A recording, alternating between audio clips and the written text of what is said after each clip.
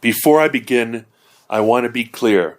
The entire theme of this episode is that the ruling that Kyle Rittenhouse is not guilty on all charges will, in fact, embolden both the left and the right in the future, because the Rittenhouse verdict is going to set precedents with regards to who, what, when, where, why, and how you can be in a public space armed, and whether or not you can defend yourself, even if you're perceived as provoking or being provocative, and whatever that means. And the rest of the episode is based on that. However, it really focuses on the concept of America always being a pro-vigilante country, and as a result, when the mainstream media talks about vigilantism as being some sort of bizarre thing, America has been programmed to support lawless righteousness, going around the law in order to exact vengeance, as something sexy and heroic for at least 400 years. Especially when it comes to the Wild West, especially when it comes to modern gun fu movies like John Wick, Deadpool, etc. So, here we go. Lots of love. Talk to you soon. Season 3, Episode 4, Chris Cast. My name's Chris Abraham. We'll be right back after the break.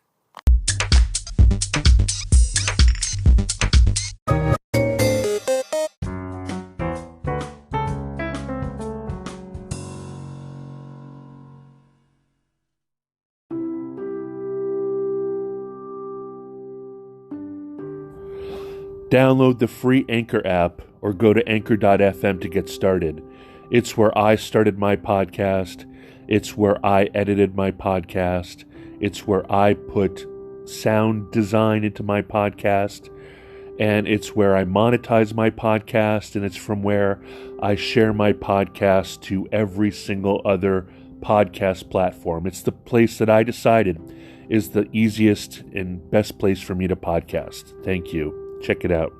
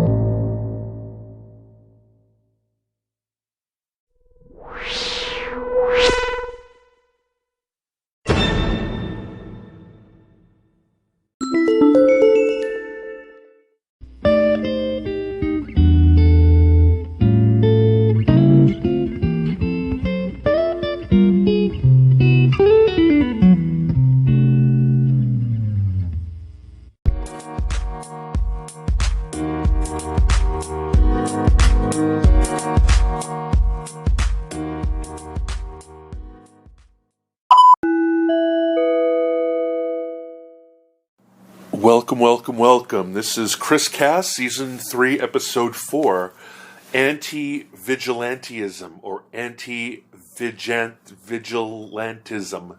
However, I hear it all the time as Anti-Vigilantism, or Pro-Vigilantism, or Vigilantism, but when I looked it up, apparently the word is Vigilantism.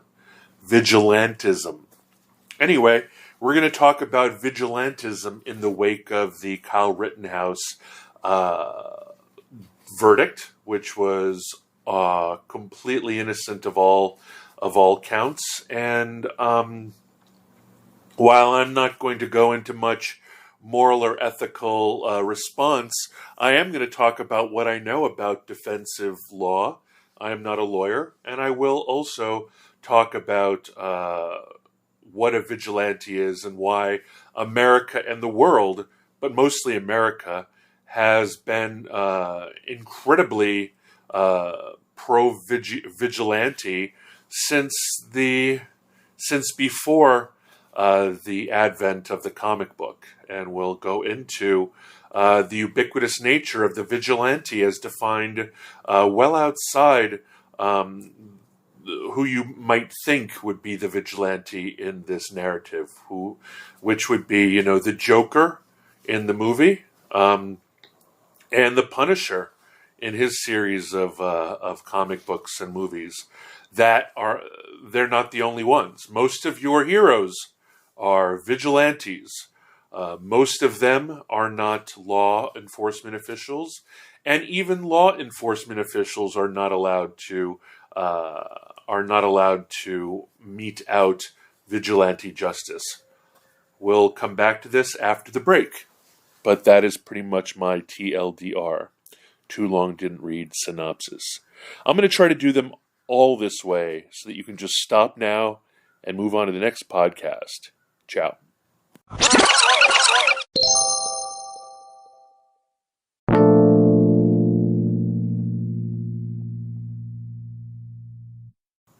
Welcome back. This is Chris Cast, Season 3, Episode 4, on vigilantism, vigilantism, on vigilantes, on Virgil antes, on vigil. I guess vigilantes are your mother's sisters when they go to Mass on Sunday, right? Vigilantes. Anyway, dad joke alert. Should have trigger warning before that. So, Kyle Rittenhouse has been a huge topic of conversation, and he is just, if you will, in many cases, he is just a symbol. He is just an archetype. He is just a red herring, maybe. He is a manifestation of what all is wrong according to the left, and everything that's right according to the right. So, as you might well know, Kyle Rittenhouse was armed, 17, and in the periphery of a post-peaceful protest riot.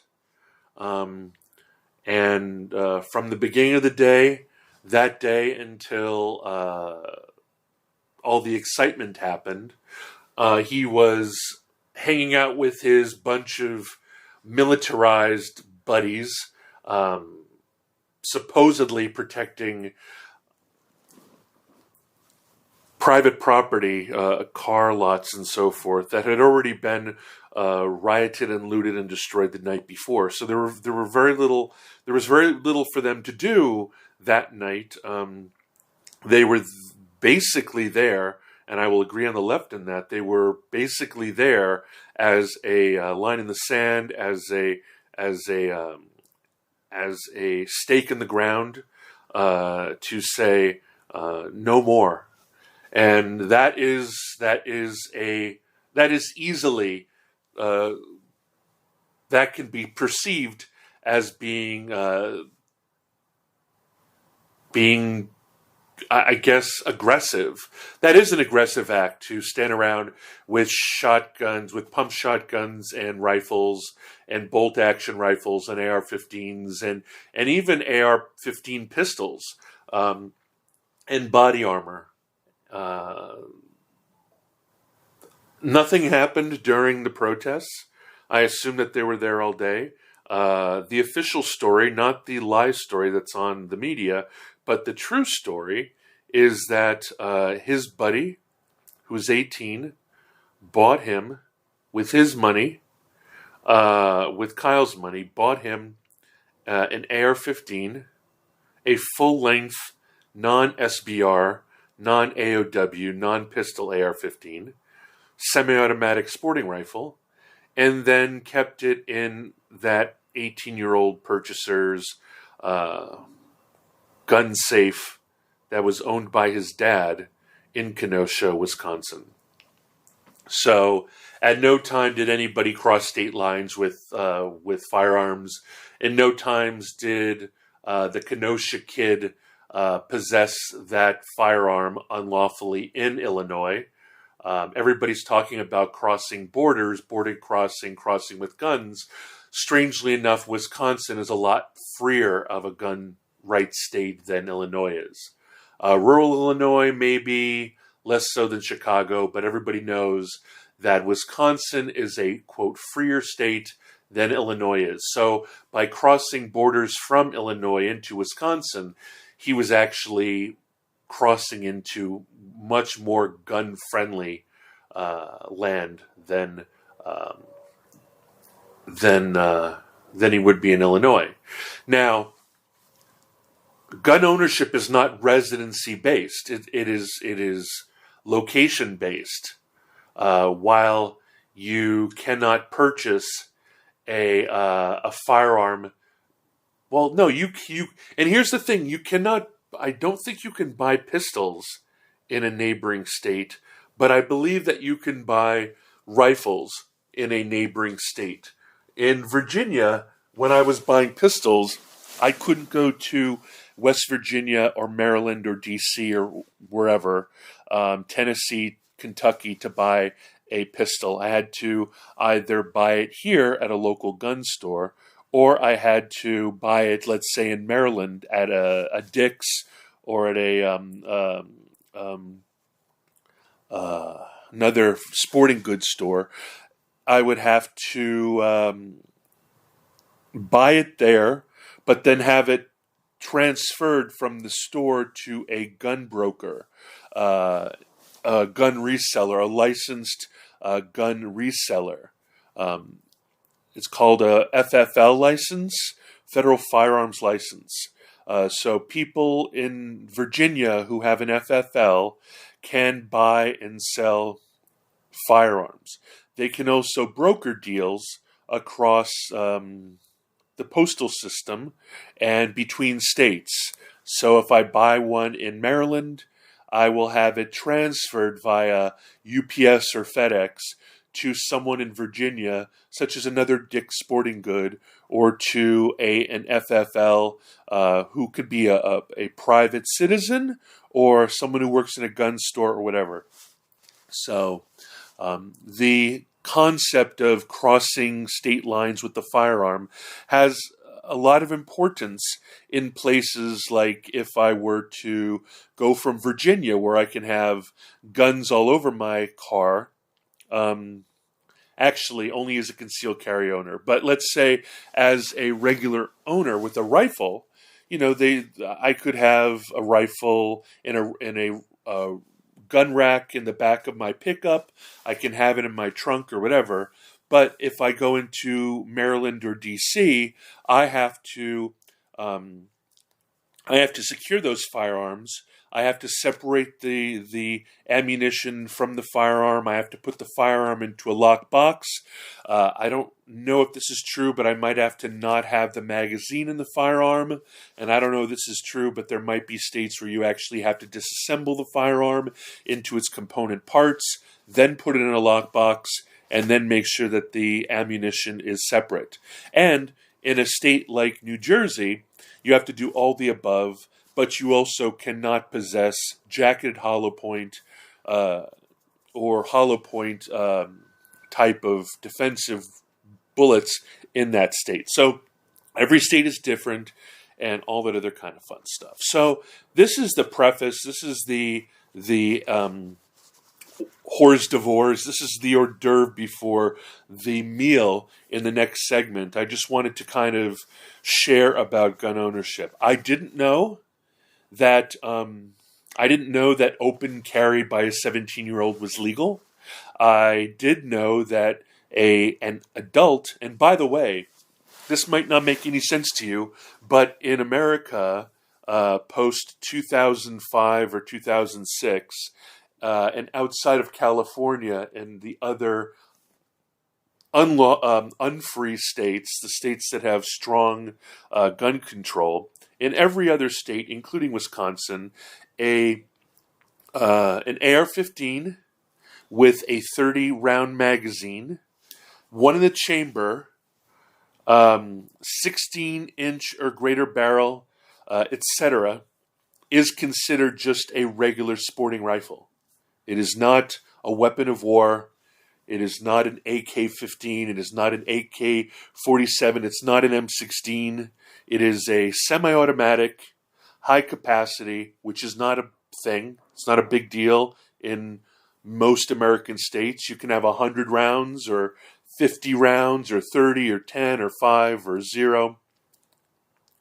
And so a sporting rifle is just a regular rifle. A regular rifle can be bought by anybody with a clear background check on their 18th birthday. So that might seem young to you, but that same person needs to be 21 or over in order to buy a pistol. So there are no special, you need to be over 25 to buy an AR-15. You have to be 18.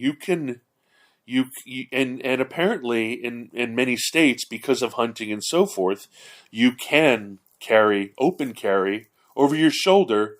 You can be in possession of a rifle. And apparently there were enough adults. I don't think the law stipulates if you have to be with an adult, if you have to commit to hunting animals. I know there has to be a certain firearm length and length of barrel. But that's for all the rest of us too. I mean, I'm 51, and if I buy a rifle that has under a 16-inch barrel, I believe, or a certain length of gun, it's considered a short barrel rifle, which is an NFA. It's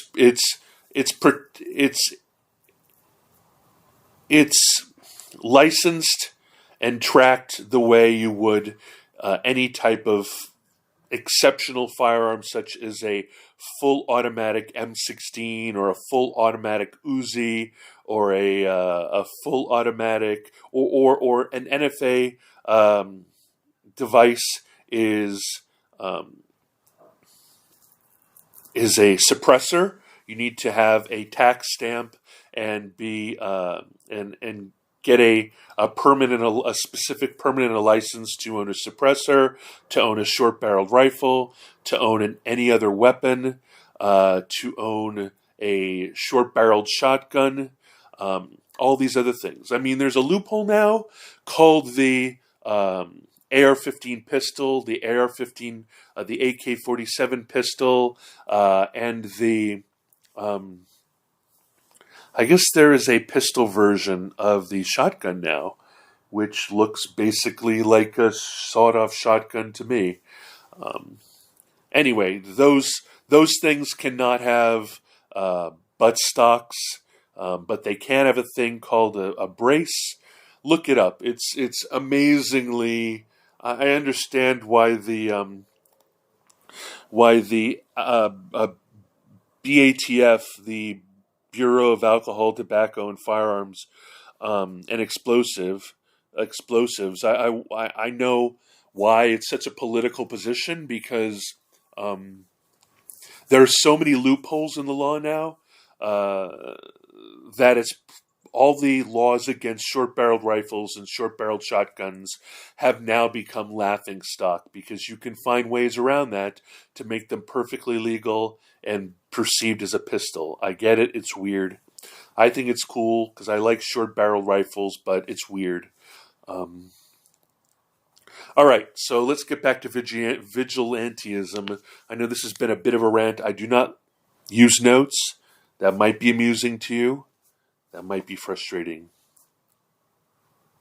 Be right back.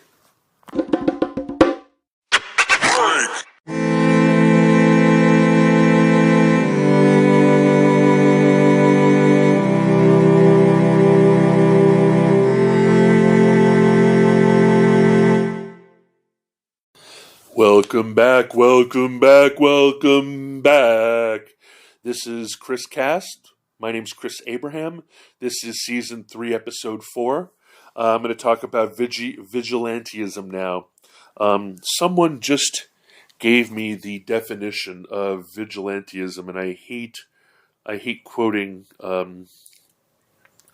I really hate quoting those sorts of things. Let's see. A member of a volunteer committee organized to suppress and punish crimes summarily, as when the process of laws are viewed as inadequate. The processes of law are viewed as inadequate. Broadly, a self-appointed doer of justice.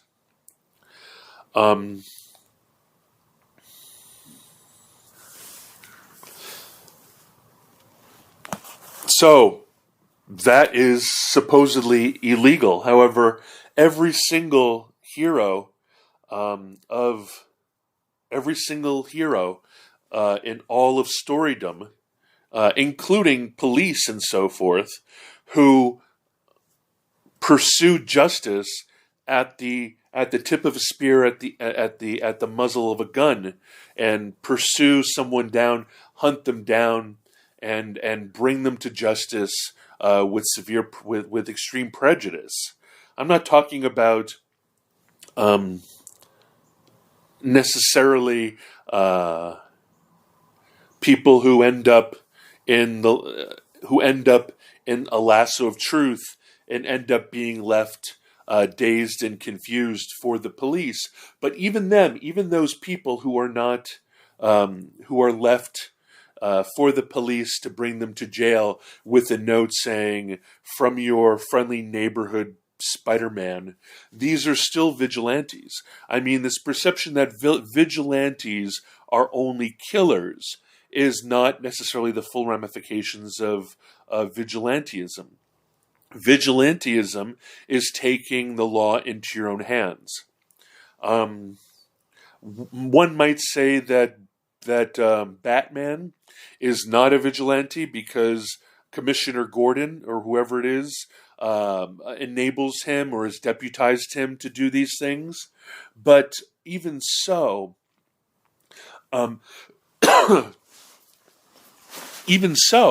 the reason why Commissioner Gordon uses Batman is as a loophole and as a way of, if you will, cleaning up the city around the law. It is a loophole, and it just in the same way that Kyle Rittenhouse's defense of personal defense against attackers is as a reason to kill his attackers are legal gray areas. I mean, personally, I believe that the verdict on Kyle Rittenhouse is completely just. I believe my only caveat and my argument with people who say that if Kyle Rittenhouse were black, it would be different, is to say that then the law is right. You're saying the law is right. You're just saying the law is not applied righteously to all peoples. So Kyle Rittenhouse should have been released without any charges, all charges dropped.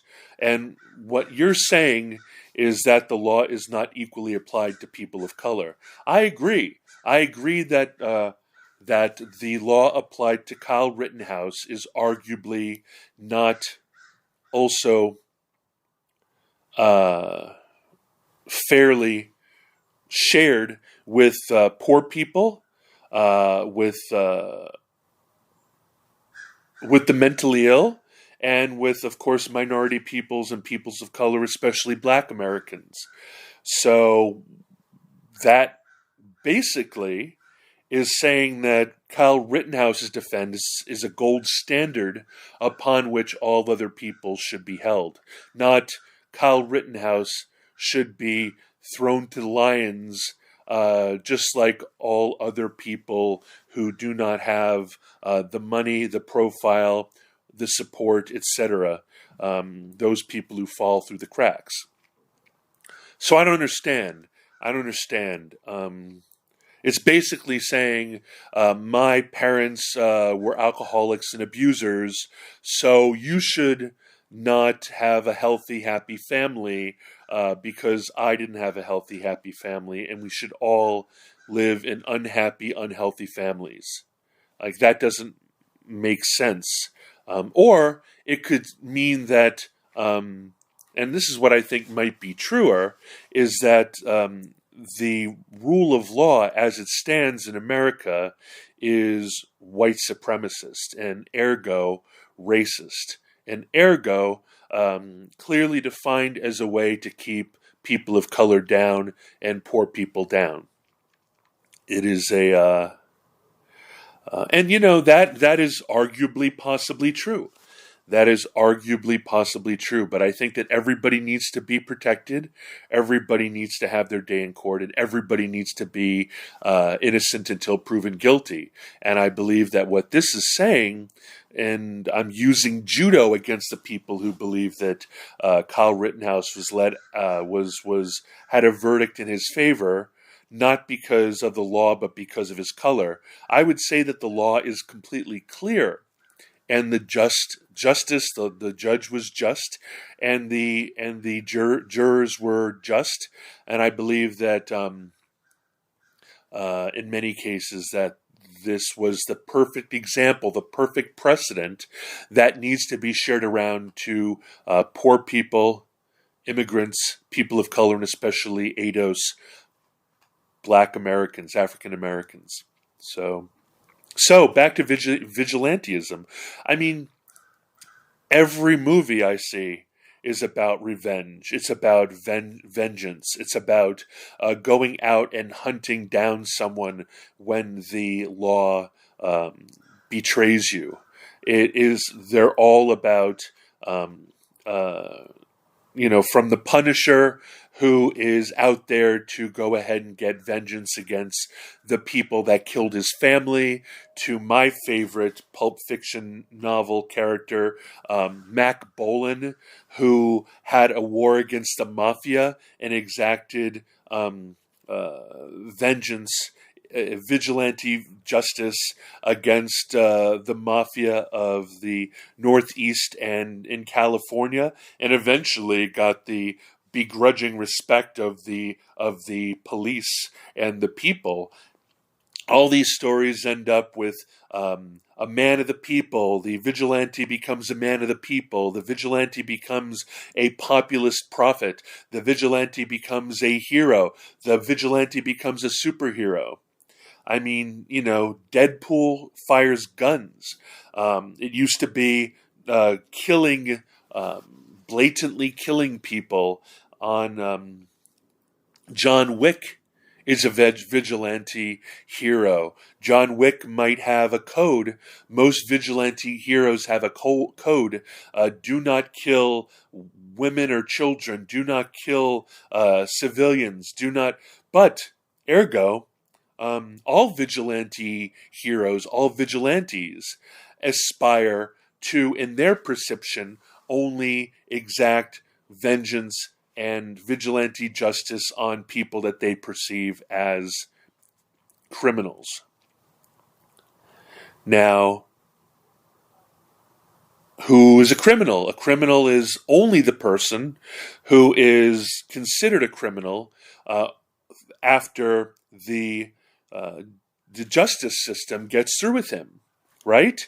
And then, even then, theoretically, after they serve their time in prison, that person is no longer a criminal. They might have a rap sheet, but they are not a criminal anymore. They've served their time. Now, it seems like the American public, I mean, you see this in video games, in television shows. I mean, every single one of my favorite shows. And in fact, in many cases, just so many of them have that deep down crime series. They're always fighting with their desire to go ahead. Like, there's always a dirty cop who exacts revenge. There's always, but that kind of person, people turn the other cheek. I mean, if programming is what it says it is, which is programming, television, movie, everything programming, if these are programs and they run inside your head, then for the last, since at least the 20s or 30s, since I listened to serial radio shows from the 20s and 30s, I know that a big part of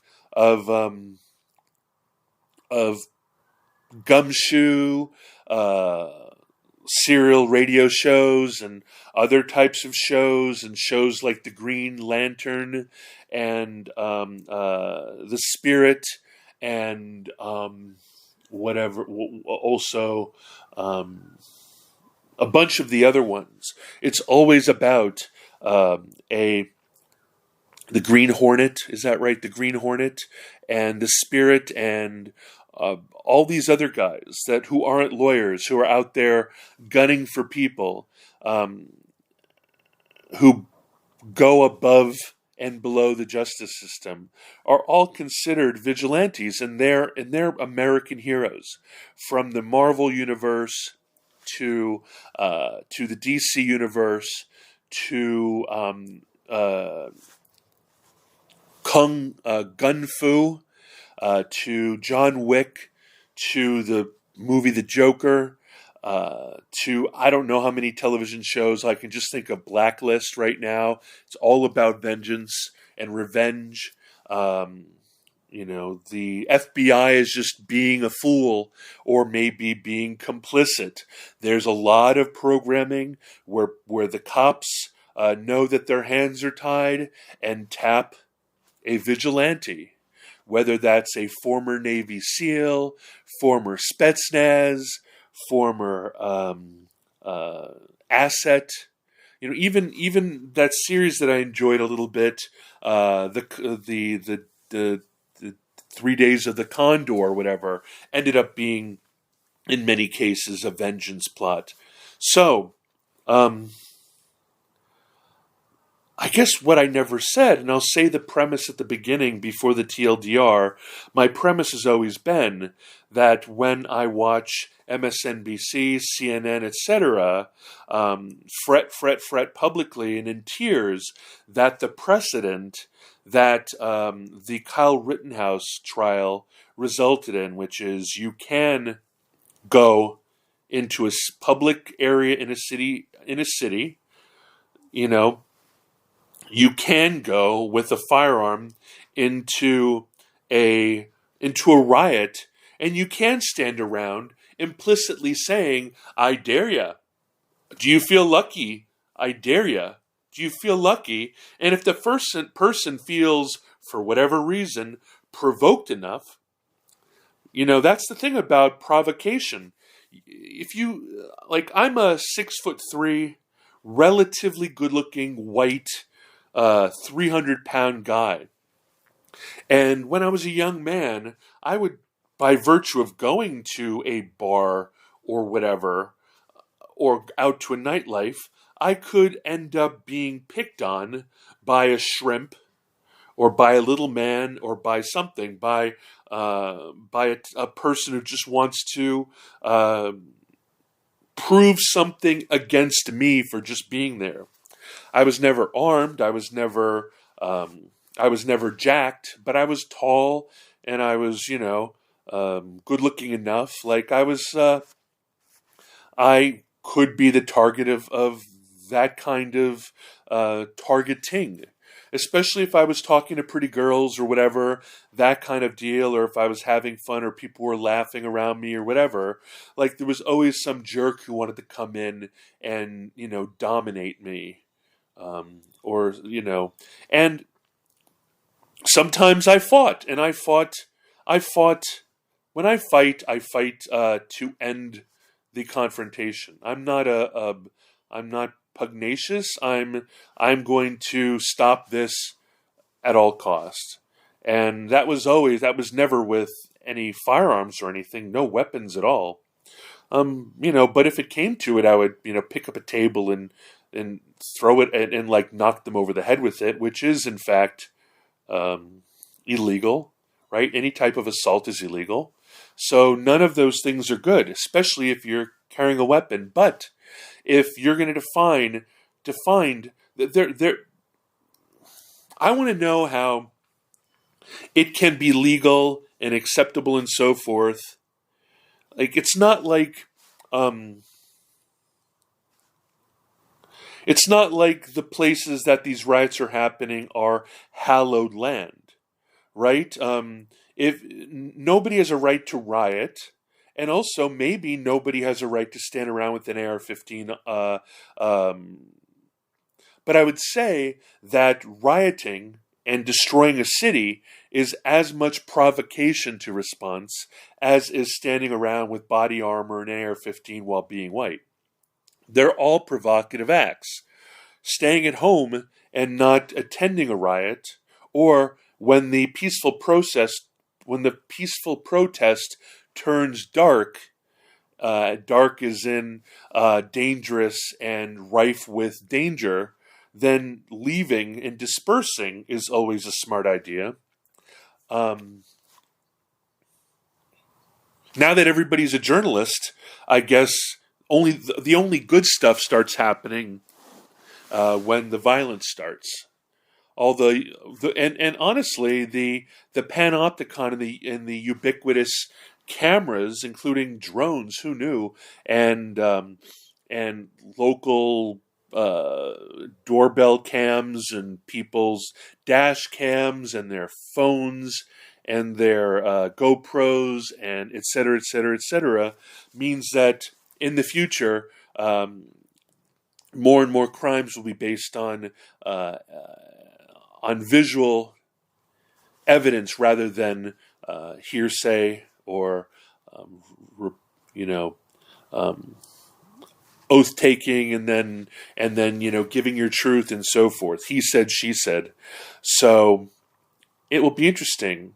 I believe that vigilantism is I would say that the riots in the street are vigilantism, right? Their anger at the police, that's vigilante justice. Anger at the federal buildings, that's vigilante justice. Anger, I mean, it's all not allowing the system because it's a belief that the system doesn't work anymore. All riots are vigilante justice, and opportunism and looting, right? There's a lot of people, when a fight breaks out, there are a lot of sociopaths and psychopaths who are like, I'm going to have an opportunity to beat the shit out of someone without being held accountable for it. The fog of war, all the sociopaths, psychopaths, and secret murderers come out in the fog of war. And so there's always going to be those people, which is why none of the victims of Kyle Rittenhouse's defense, none of them had a clean record. All of them had really long, really terrible criminal histories. Even the boyfriend of the green-haired girl, green-haired girl, I would guess his name was Grosskreutz. And we all know that Rosenbaum was a child sex offender, and Rosenkreutz and no, the guy with the skateboard was the green-haired girl's boyfriend. I forget his name because I won't say his name. I don't believe that there are any heroes there. I believe that Kyle Rittenhouse is not a saint, is not a hero, but to the right he is a saint and a hero. And against my better judgment, the left always their entire suite of saints over the last 5 years have all had incredible rap sheets. So I don't know. They're not. Used to be that the left would always choose people with hopeful futures who were national merit scholars and who had 4.0s and who were captain of the basketball and track team. But now everybody who is officially on the wall of saints are all convicted criminals. They might be they're all every human being is a beautiful child of God. I dare say everybody there are beautiful children of God who have criminal histories all the time. I mean, I volunteered at Miriam's Kitchen, and I didn't only serve the needs of people without criminal histories.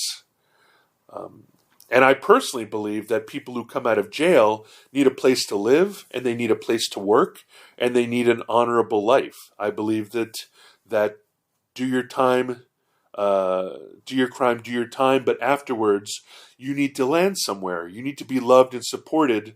You can't be ground into the soil. I also believe that this happens to veterans as well. Spend them, use them up in the field during their teens, 20s, and 30s, and then screw them, man. They're ruined when they get back. I don't believe that. I believe that you don't have to put a tiger down just because that tiger's tasted human flesh. I believe that all people and all animals can be rewired. That's why I'm a big proponent of pit bulls. I love pit bulls. Anyway, I'm going off the rails. I just want to say that I believe that we are imbued in a culture of violence. We are imbued. Hey, Google, what does imbued mean? Hey, Google. What does imbued mean? Here's the definition of imbue. Inspire or permeate with, a feeling or quality. That's good. I was going to say infused, imbued, imbibed. Hey, Google, what does the word imbibe mean? Here's the definition of imbibe. Formal, often humorous. Drink, alcohol. So, we're all drunk on violence. We're drunk on guns. We're also drunk on taking the law into your own hands if the law doesn't seem up for the job. It is in our DNA. It is no. You know what? Vigilante justice goes all the way back to, in terms of the worshiping it, all the way back to the Wild Wild West. I mean, where it was perfectly okay for everybody to walk around with open carry rifles, shotguns, and revolvers, and where people would challenge other people for high noon at OK Corral, middle of the street, drawing and shooting at each other. I think that in many ways, the whole experience during the Kenosha events that resulted in Kyle Rittenhouse being taken up on charges, the entire event was very similar to the Wild West, right? Kyle went out armed. People decided they didn't like him. They didn't appreciate him being there. They didn't like the fact that he was armed, and he was not where he should have been. So each person decided to take a pop at him, and that's why they call him the Kenosha Kid. This is really and America loves Wild West analogies. They're calling him the Kenosha Kid because he was able to outdraw and outshoot all of his attackers. And in a world of that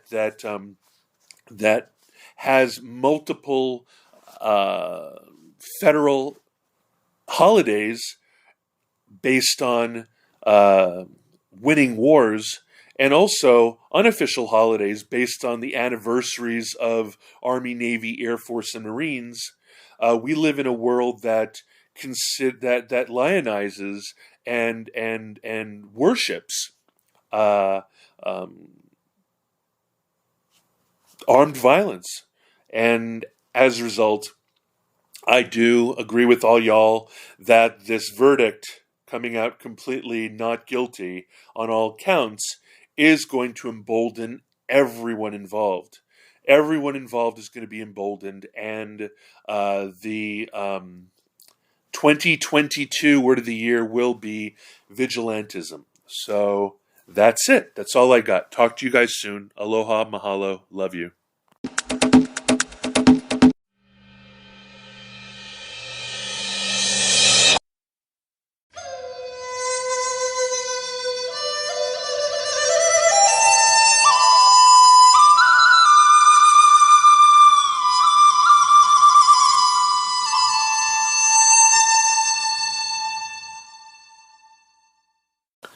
Welcome back, welcome back, welcome back.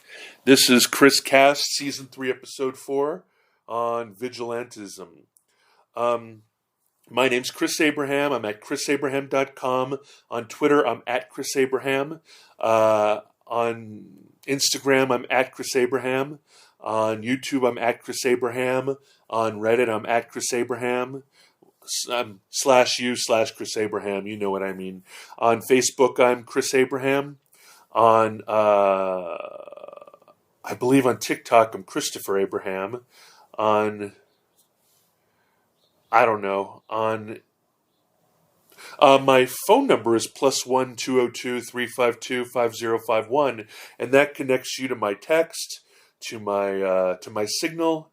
It connects you to my Telegram, to my Messenger, and all of that. You can email me at chris@abraham.su. And also, you please give me 5 stars on your podcasting app. Please give me 5 stars or thumbs up, subscribe, and like, and click the notification bell if you're listening to this on YouTube. And if you are on any platform, please review on your app or platform and give me stars, or go out of your way to Apple Podcasts and give me a review and some stars. My home site is anchor.fm/Chris Abraham, but you can find me on Spotify, Amazon. You can find me everywhere, including YouTube. So I hope you're well, and talk to you soon. I'll get another episode in when I get another episode in. Mahalo.